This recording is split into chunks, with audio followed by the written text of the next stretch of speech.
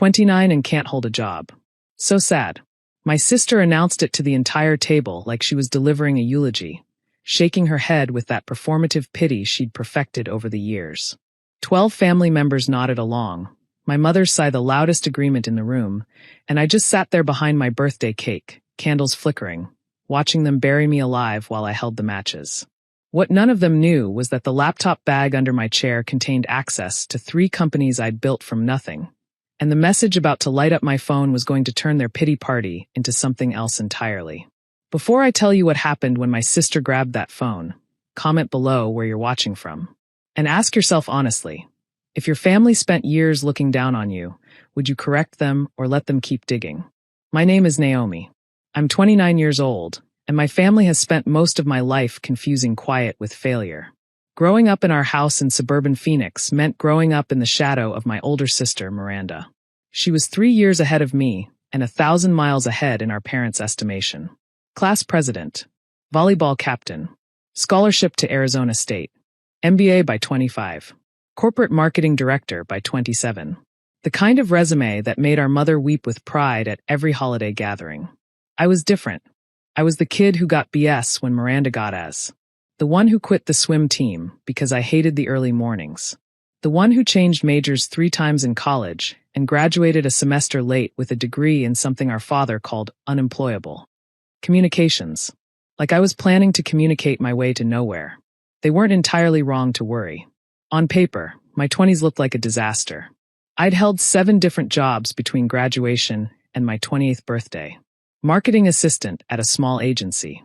Social media coordinator for a restaurant chain. Customer service representative for an insurance company. Content writer for a startup that folded. Each position lasted between 4 months and a year before I moved on. What my family saw: instability, restlessness, failure to commit. What was actually happening? I was learning. Every job taught me something. The marketing agency taught me how to analyze consumer behavior. The restaurant chain taught me how social platforms could drive real revenue. The insurance company taught me how businesses scale customer relationships. The startup taught me exactly what not to do. And in the gaps between jobs, while my family assumed I was sleeping late and wasting time, I was building. It started small.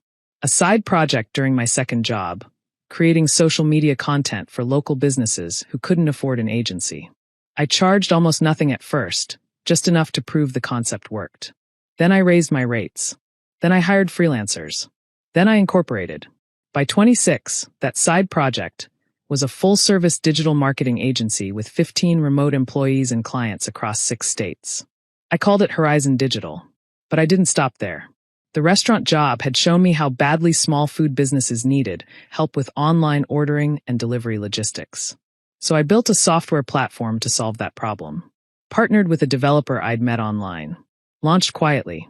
Within 18 months, we had 200 restaurant clients paying monthly subscriptions. I called that one table flow. The insurance customer service experience revealed how outdated most small businesses were in handling client communications.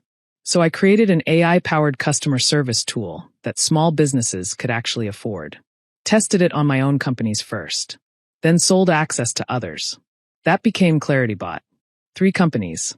All running simultaneously. All managed from my laptop. By my 29th birthday, combined annual revenue had crossed $340 million. I had a total of 87 employees across the 3 businesses, most of whom had never met me in person.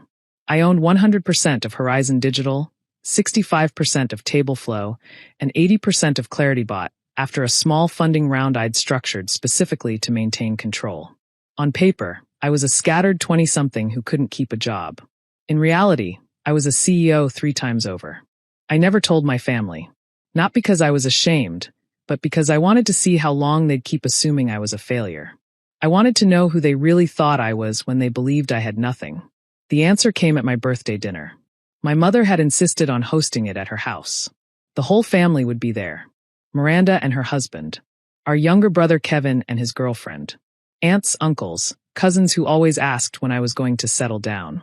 I almost didn't go. Board meetings and quarterly reviews had consumed the past 2 weeks.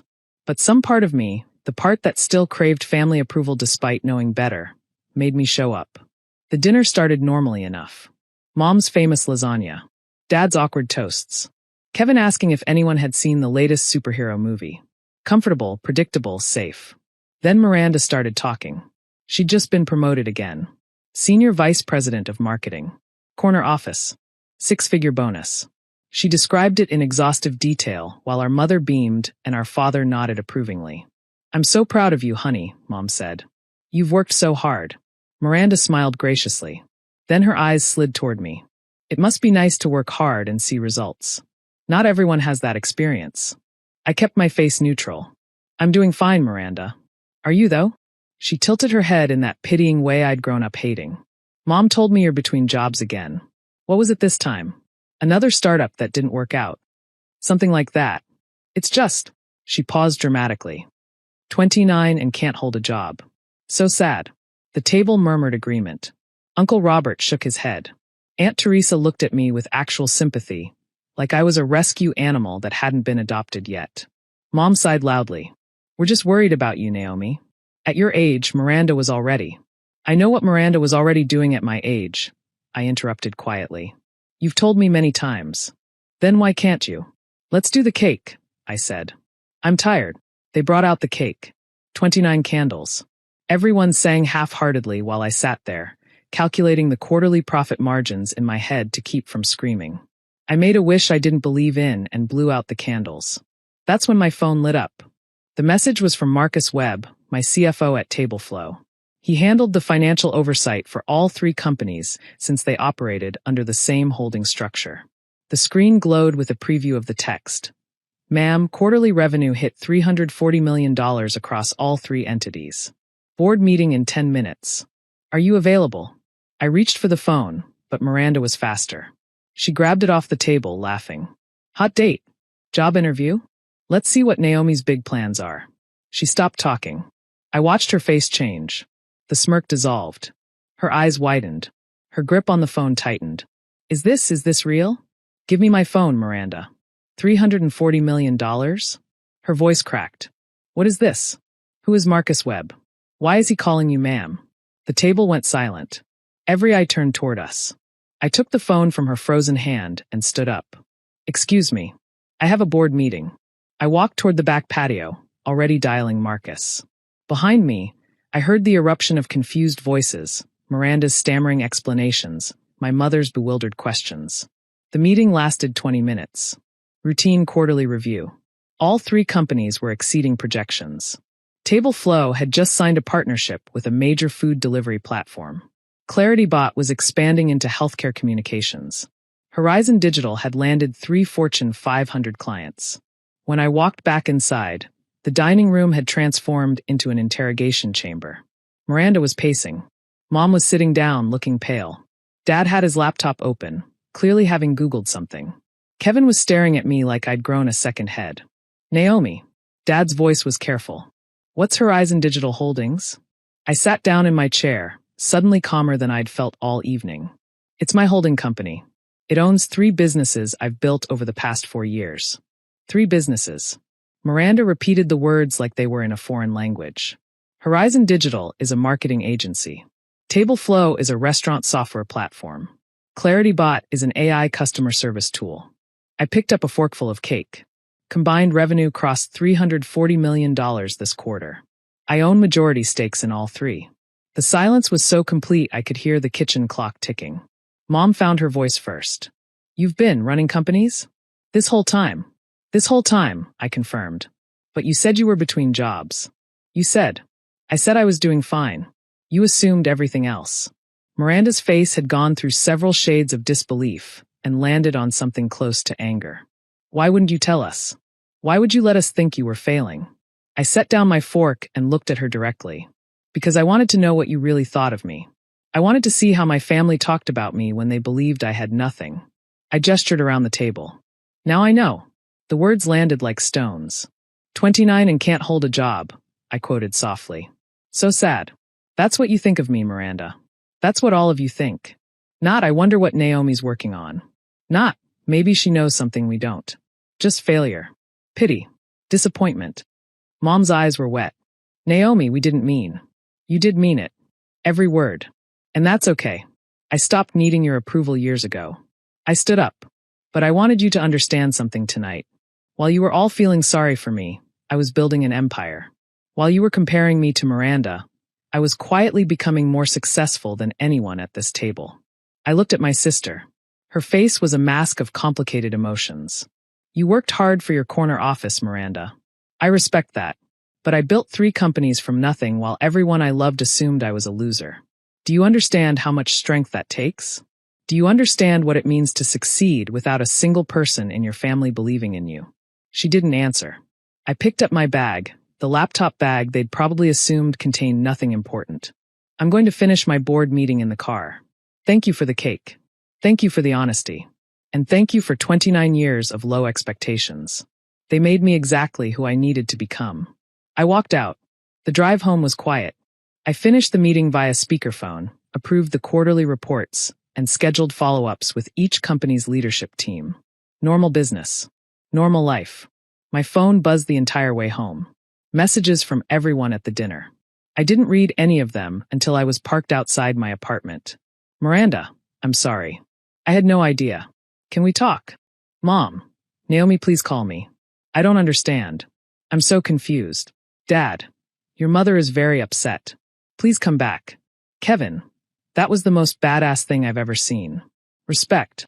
I read Kevin's message twice. At least someone in my family had the right reaction. The rest could wait. The weeks after my birthday were complicated. My family had to reconstruct their entire understanding of who I was. And that's not an easy process for people who'd spent decades certain they knew everything. Miranda called 3 times before I answered. When I finally picked up, she talked for 20 minutes without letting me get a word in. She apologized. She explained. She justified. She apologized again. It was the most honest conversation we'd had in years. I think I was jealous, she admitted finally. You never seemed to care about the same things I cared about. You never competed with me.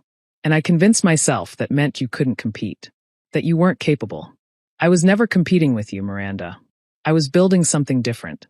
I see that now. She paused. Your companies, they're impressive. The TableFlow platform is actually something I've been recommending to restaurant clients. I know. I saw your name in our referral data. She laughed, a surprised, genuine sound. Of course you did. Mom took longer to come around. She cried a lot. She said she felt like she'd failed me. I told her she hadn't failed me, she'd just underestimated me. And those were different things. I wish you'd told us, she said during one of our calls. I wish you'd asked, I replied. Not what job I had, but what I was actually doing. Not what I'd achieved by your standards, but what I was working toward by mine. She was quiet for a long time. I didn't know there were different standards. That's the problem, Mom. You thought your path was the only path. Miranda's path. Corporate ladder, stable salary, traditional success. But I was building something that didn't fit your framework, so you assumed I was failing. And you weren't. No, I wasn't. Now, 6 months later, things are different. Miranda and I talk regularly. She's even become an informal advisor for some of my marketing strategies. Having a corporate insider's perspective is actually useful. Mom has started asking better questions. Instead of, did you find a job yet? She asks, how are your businesses doing? It's a small change, but it matters. Dad sends me articles about tech entrepreneurs now. He's trying to understand my world, even if he doesn't fully grasp it. Kevin applied for a position at Horizon Digital. I hired him. He's actually pretty good. And me? I'm still running 3 companies from my laptop. Still living in the same modest apartment. Still driving the same used car. I don't need to look successful. I just need to be successful. If you're watching this and your family has ever made you feel small, if they've ever measured you against someone else's path and found you lacking, I want you to know something. Their standards aren't yours to meet. Build quietly. Work relentlessly. Let them underestimate you while you outgrow their imagination. And when the moment finally comes to reveal what you've been building, don't do it for revenge. Do it for clarity. For the pure, undeniable proof that their limitations were never your destiny. My sister said I couldn't keep a job. She was right. I was too busy creating them. If this story resonated with you, share yours in the comments. And subscribe, because the next story might be the one that changes everything.